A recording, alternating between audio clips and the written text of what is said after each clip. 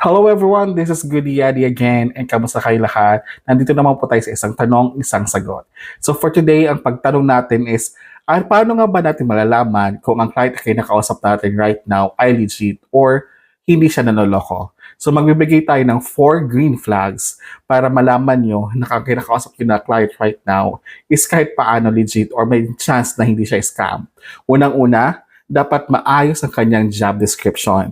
Dapat very specific, hindi siya lang hindi dapat everything or dapat marunong ka sa lahat. So dapat very specific.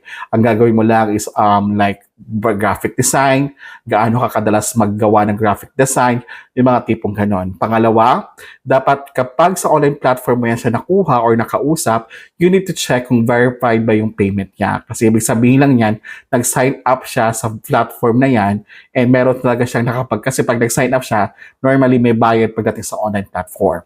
Pangatlo, may online presence. So you need to check kung mayroon ba siyang LinkedIn, may website ba siya, may social media presence ba siya, or kahit anong online presence, i-search mo siya sa Google. Kung makikita mo siya at meron kang makita kahit paano dalawa o isa, kapag may ganyan, most probably legit yan. So kapag wala siyang presence, ibig sabihin scam yan o baka bago lang yung account na ginagawa niya, you need to check on that as well. And panghuli, kapag may contract na i-offer sa'yo na kailangan yung pirmahan. Though, hindi lahat din naman na kapag may contract is legit. Normally, kahit mga scammer nga yung nagawa na yan. Pero you need to double check yung contract talaga, kung ano ba talaga yung meron sa contract, yung bayad mo, lahat ng details dapat pag-aralan mo.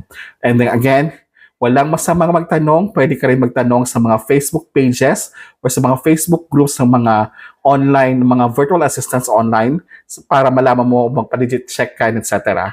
Para mas maganda kapag okay ba yung papasukan mo o hindi.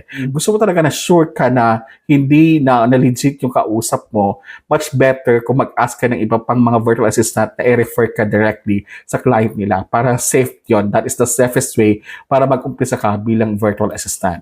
I hope na may natutunan kayo ngayon sa isang tanong, sa isang sagot. And this is V.A. Gudiadi. Till next time. Ciao!